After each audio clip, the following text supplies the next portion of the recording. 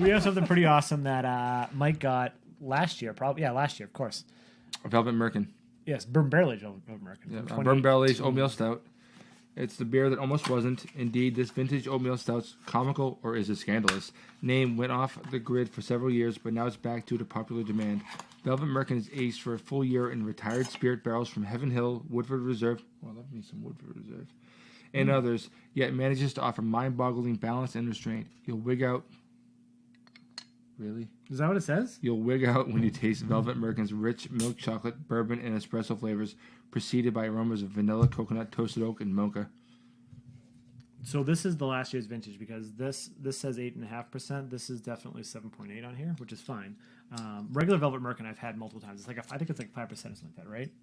5.8 or something like that. And yeah. I've had it on nitro, and it's freaking delicious. Yeah, this is the 2018 vintage, and this is saying the next vintage coming is October 2018. Cool. So this beer is like 8 months old or so, 8 months. Yeah, there's no date that I see. There probably is, but whatever. Report. We've got our badass night shift barrel sided glasses. I'm gonna pour it right to there. I think is good. 12-ounce bottles throw me now, or like even the cans like we just did. Yeah, they're hard to gauge. Yeah. Well, I think if we did them more, probably, but. Well, most of the beers we drink come in 16-ounce cans, right? And or bombers. We know how to do bombers. Or bombers. Yeah, we pour till we want to stop, and then we finish it later. Exactly. That's how that works with bombers. As I was pouring this, I noticed it was definitely coming out more brown. Yeah. It's definitely more brown. Almost almost a dark amber color. It's like amber brown. You can see like the light. Yep. Except it looks pitch black on camera, of course. But it's like a dark, like amber brown. Yeah. I mean, it's really, really dark, but it's just not black. And I love the fact that this is that they barrel aged an oatmeal stout. Like it means that we're gonna drink a barrel aged beer that's not 1,000,000% alcohol. Mm-hmm. Head nice khaki. Yours is really good. It's like a fluffy light khaki color, super frothy. Yeah. Now I've never had the barrel aged version. Have you? I've had it on draft. Fair enough. Who knows? It smells like an oatmeal stout. It smells like almost like a more complex Samuel Smith oatmeal stout. Get that oaty kind of nose. Yeah, I'm getting oaty. A little bit of chocolate, a little bit faint. Yep, I agree. Yep. No real. Maybe a little bit of like the wood, but no. Yeah, I get wood, but no booze, no whiskey. No, yeah. And you said Heaven Hills and Woodford Reserve. Okay.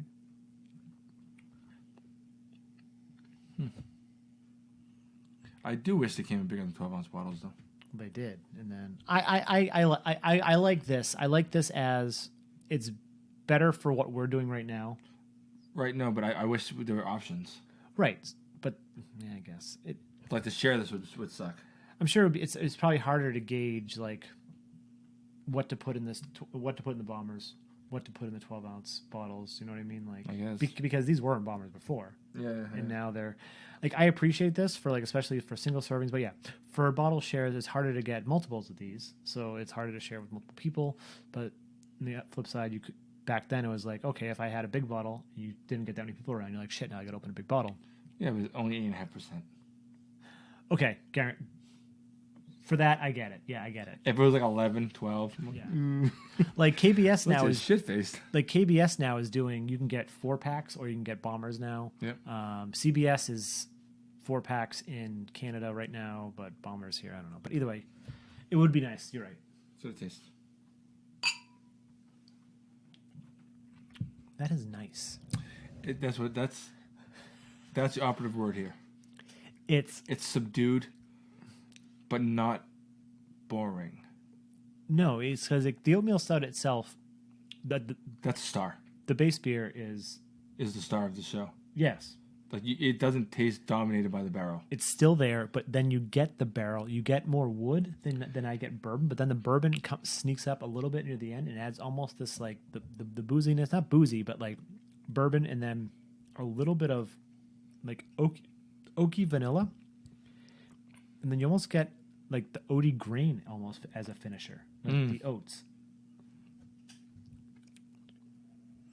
It's interesting. It's we're so used to beers that just come and just like kick you in the face, and this is like elegant. Elegant. That's the best way to put it. This is elegant. Yeah. It's really beautifully crafted, but it's not a kick in the face. Right. You drink it, you absorb it, you enjoy it, but nothing is just assaulting your senses. No, it's sort of like the polar opposite of the beer we just did. Because the beer we just did was the Oscar Blue Cigar City collab, Bumbarana. And the nose was out of this world, but then the taste didn't blow us away. It was like a little subdued. This, at least, like you're going in, you know what you're going. It's an oatmeal stout. It's a barrel-aged oatmeal stout. Lower ABV, so it's going to be lower ABV even with the barrel. This kind of just, it gives you exactly what you would expect. Because like the regular oatmeal, the regular base beer is there. It's perfectly there. The regular base beer isn't a complex thing. It's an oatmeal stout. It's just a very easy drinking, easy sipping stout. I love Firestone. I sort of think that it's weird because they've been around for like 20 years now. Because I think the last anniversary stout I had from them was 20 Actually, years. let me back to this thing. 1996. This is the 23rd year. Mm-hmm. The last anniversary stout I had from them was, I think it was the 21. But I really, really like them. I think they sometimes pass under the radar a little bit, but they're really just a stellar brewery. I don't know if I'd agree with their tasting notes here, though. What is that? This decadent oatmeal stout, hold your nose hostage with nope. Hostage with chocolate and vanilla bourbon aromas. Nope. Rich flavors of dark chocolate truffle. Nope. Not really. Bourbon and espresso ultimately yield a beer that is dangerously smooth and incredibly drinkable. Dangerously smooth and incredibly drinkable. Yeah. I'm getting much more of like sort of like I'm getting much more of the. I don't get espresso. I get the faintest hint, but I'm getting like cereal grains. I'm getting mostly grains. Some almost like that processed cocoa, a little bit. I'm getting a lot of the wood from the barrels, a little bit of vanilla. That's what I'm getting, more or less. Nothing. Not as crazy as that, but anyways, this is a delicious beer. Let us know in the comments if you've had bourbon barrel aged Velvet Merkin, their barrel aged imperial. Their barrel aged milk stout. Not milk stout. Damn it! I can't even talk Oatmeal today. stout. Like, why aren't you correcting me? I'm just enjoying the beer. Corral me in, reel me in. This is exactly what I talked about the other day via text. I said, like, you do most of the talking, and I just talk about the beer. You guide us through the whole show. Without you, the show doesn't happen. Well, no, you do your solo reviews and they're fine.